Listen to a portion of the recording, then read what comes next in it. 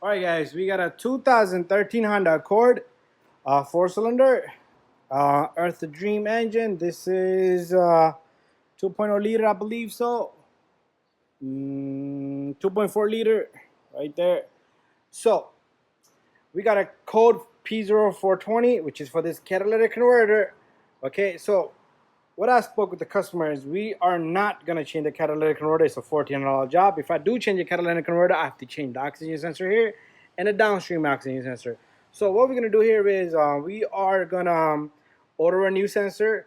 We're going to replace the downstream oxygen sensor on this vehicle, and I will show you exactly how to do it and the part number and everything for this particular vehicle. 2013 to 2017 should be same. So don't go crazy.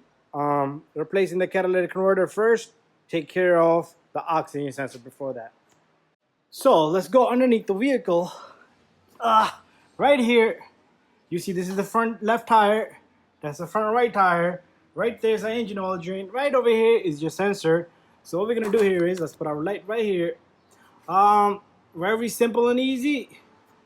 You are gonna disconnect the sensor first, which is right over here. It's a tab you gotta squeeze and pull on this baby, and it comes right out. So all you gotta do is squeeze this guy, and it comes right out. And this thing comes out from the housing right here. So we need a number 22 socket, which I have sitting on the floor over here. And let's go grab this guy. So what this does is this checks your oxygen sensor's performance. Okay, so that's all it does. So you put your socket on and you remove this guy. Turn, turn, turn. A lot of times I would say if it's hot, be careful. See that? And we're gonna go get our new sensor and drop that baby in. Okay, so we're gonna take our new sensor. Comes with some of this stuff. Anti-seize, put that all around. Okay, and just try to get it all around as much as you can. Don't go crazy either. You don't need a lot either. And once you have that, you take this baby, you stick this into the port. Okay, let me get my camera straight. You stick this in the port.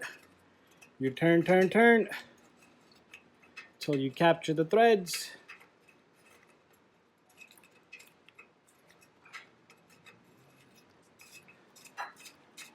And there you have it. You're gonna take your wrench. If you have a torque wrench, tighten this thing to probably like a 32 foot-pounds. But you can do it by hand. And don't not forget to connect the sensor and make sure you put a strap tie or something that's gonna hold this baby right there for you.